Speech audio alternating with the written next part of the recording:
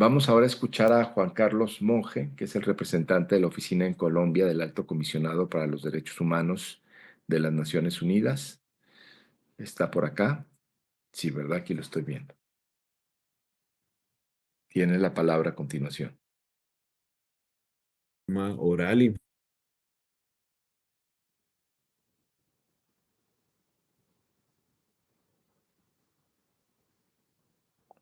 Está silenciado el micrófono, estimado especialista. A ver si. sí, se volvió a desconectar. Bueno, muy Sí, buenos días nuevamente, a ver si me escuchan. sí, muy bien.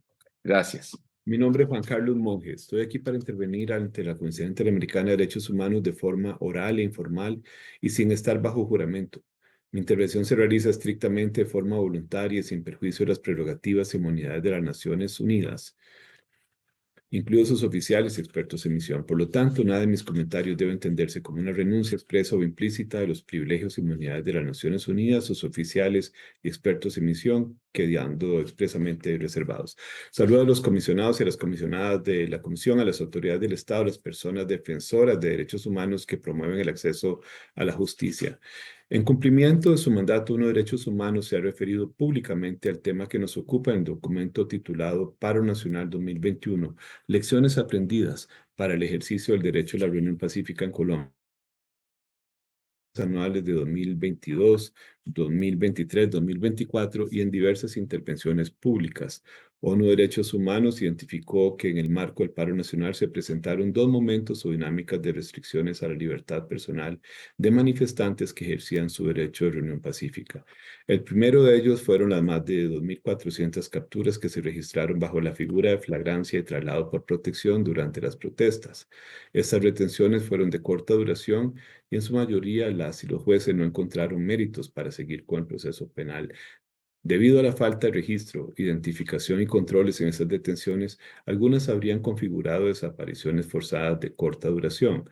También se registraron algunos casos de tratos crueles, inhumanos y degradantes. La segunda dinámica se refiere a detenciones ocurridas entre agosto de 2021 y junio de 2022, en las cuales se contaba con una orden judicial y con una investigación previa de la Fiscalía.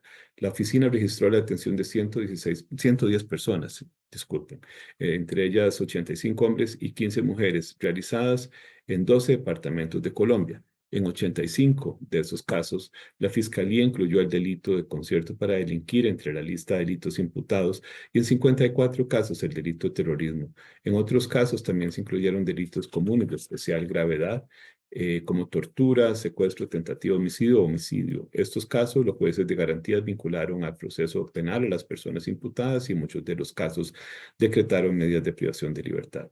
Este número de casos solo es una muestra de un universo más extenso. Organizaciones de la sociedad civil han llegado a registrar alrededor de 300 casos, mientras que la Fiscalía informó a la oficina en 2023 que a raíz de esas protestas se judicializaron 630 personas, en su mayoría hombres, solo 50 mujeres por delitos cometidos durante las mismas.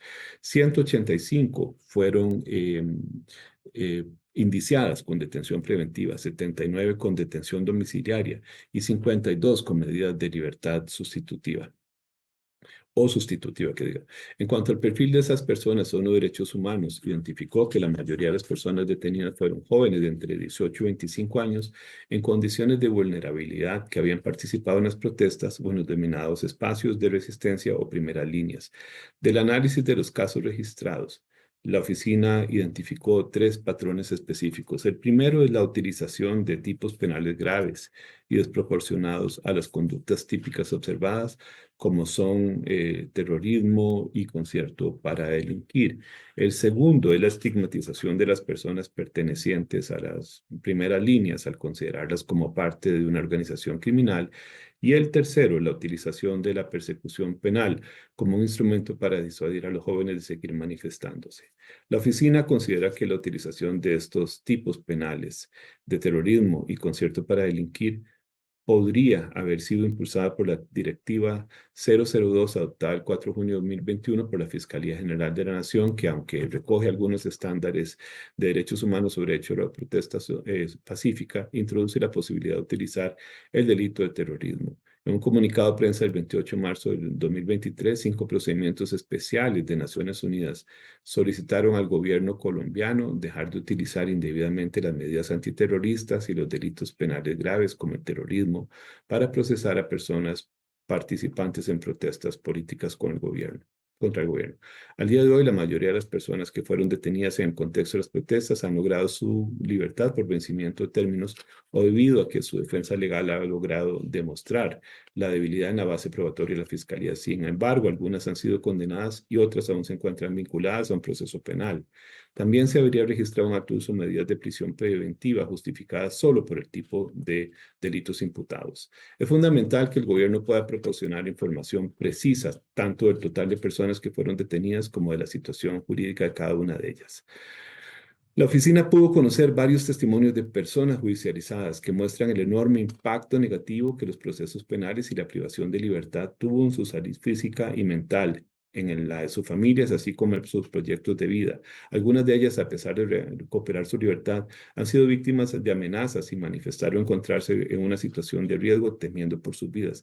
La oficina también recibió alegaciones de amenaza contra algunas de esas personas que han brindado asistencia legal a las personas judicializadas. Con el fin de abordar la situación de las personas detenidas, el actual gobierno emitió el decreto 2422 de 2022, por medio del cual creó una comisión interministerial con la facultad de admitir como voceros de paz a personas pertenecientes a organizaciones sociales y humanitarias que tenían órdenes de captura. Debido a las dificultades legales, solo 18 personas lograron ser designadas como voceros de paz y solo 4 recibieron libertad condicional. En noviembre de 2023, la Corte Constitucional declaró inexequible parte de este decreto, creando una incertidumbre jurídica para las personas voceras de paz. Un aspecto positivo reciente ha sido la expedición de la Directiva 01 de 2024 de la Fiscalía General de la Nación, que se ajusta a las normas y estándares internacionales. Esta directiva adopta una visión garantista, entendiendo la acción penal como último recurso, reconociendo una presunción de ilicitud de la protesta y, por tanto, investigando solo los hechos violentos que supongan una grave afectación a los derechos fundamentales, con el fin de evitar la utilización de delitos ambiguos y amplios como los de terrorismo, concierto para delinquir, la directiva limita los tipos penales exigiendo de forma estricta, exigiendo la individualización del actor, la determinación de su acción por cada caso concreto y la concreción de un daño concreto. La oficina considera que una alternativa para abordar esos procesos penales que aún están en curso puede ser el establecimiento de una mesa interinstitucional en la que se pueda revisar cada uno de los casos junto con la defensa de las personas y revisar así si existen elementos para la variación de la imputación por delitos proporcionales y ajustados al contexto de la protesta y la gravedad de las acciones presuntamente cometidas. La Oficina de Derechos Humanos en Colombia confía en que esta audiencia sirva para avanzar en la búsqueda de la justicia y de la implementación de medidas de no repetición en el contexto de las protestas. Señor presidente, señores comisionados, demás participantes en esta audiencia, muchas gracias. Gracias a usted por esta importante intervención. Le agradecemos mucho. Gracias a la Oficina de Naciones Unidas.